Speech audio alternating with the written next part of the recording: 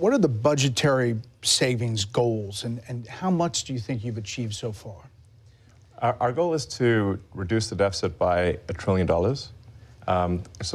From a nominal deficit of $2 trillion to try to cut the deficit in half to $1 trillion, or looked at it in total federal spending to drop the federal spending from $7 trillion to $6 trillion. We want to reduce the spending by eliminating waste and fraud, reduce the spending by 15%, which seems really quite achievable. The government is not efficient, and there's a lot of waste and fraud, so we feel confident that a 15% reduction can be done without affecting any of the critical government services. We routinely encounter wastes of $1 billion or more, casually.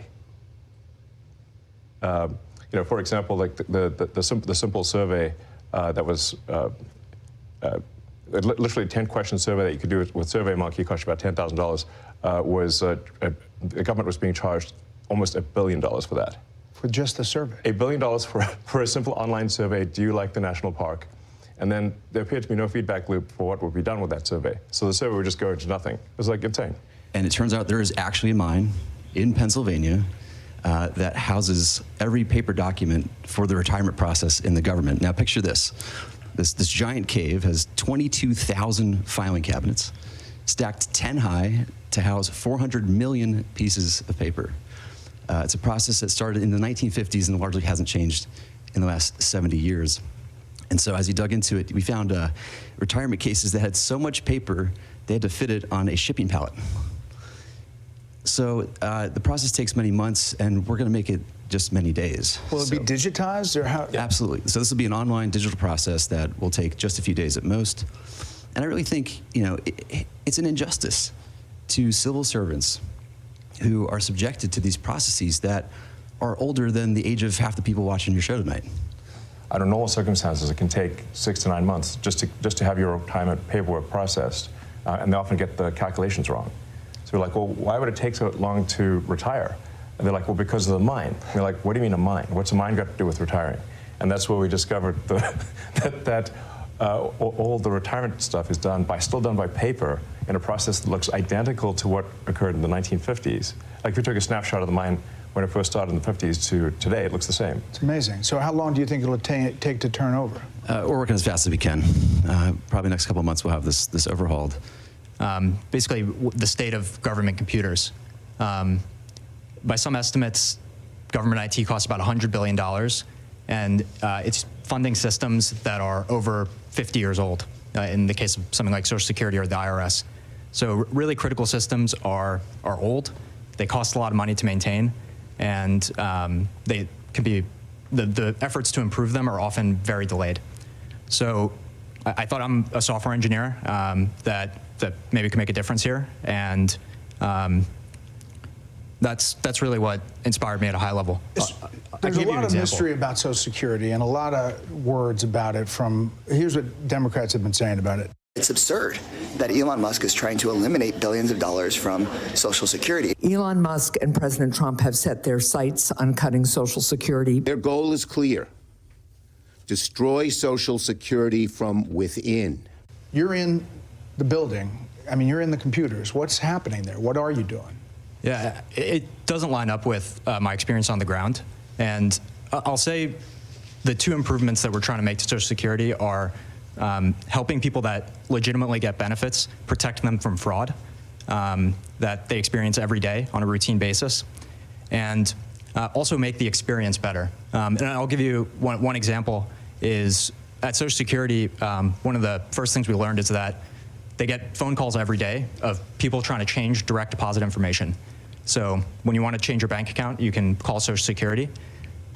We learned 40% of the phone calls that they get are from fraudsters. 40%? That's right. Almost half. Yes, and they steal people's Social Security is what happens. Is they call in, they say, they claim to be a retiree, then they convince the Social Security person on the phone to change where the money's flowing. It actually goes to some fraudster. This is happening all day, every day.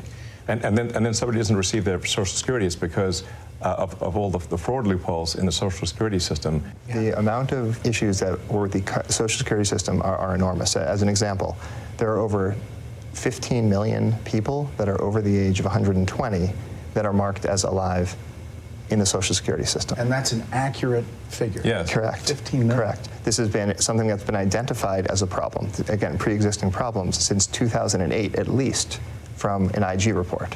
So there were some great people working at the Social Security Administration that found this, 2008, and nothing was done. And so 15 to 20 million Social Security numbers that were clearly fraudulent were floating around that can be used only for bad intentions. There'd be no way to use those for good intentions. And so one of the things the DOGE team is doing is carefully and very methodically looking at those and making sure that any fraudulent ones are eliminated. Another example at NIH is today they have 27 different centers. They got created over time by Congress, and they're typically by disease state or body system. There's 700 different IT systems today at NIH. 700 different IT systems. IT software systems. They can't speak to each other. And so they don't talk to one another. They have 27 different CIOs.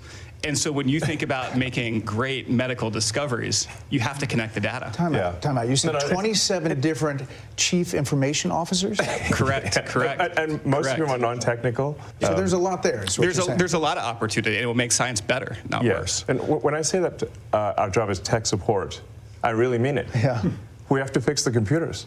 If the computers can't talk to each other, you can't get research done. If the computers can't stay online, people won't receive their Social Security. So what we have here are a bunch of failing computer systems that are preventing people from receiving their benefits, that are preventing people from preventing research from happening, that are extremely vulnerable to fraud, and we're fixing it. In order to pass an audit, you need the information necessary to pass an audit. You need to have the payment codes, you need to have the payment explanation, and you need to have a person you can contact to understand why that payment was made. None of those things were mandatory. Until just recently, just a few weeks ago. In fact, maybe last week? Yeah, we're serving 580 plus agencies. And up until very recently, effectively they could say make the payment and Treasury just sent it out as fast as possible. No verification.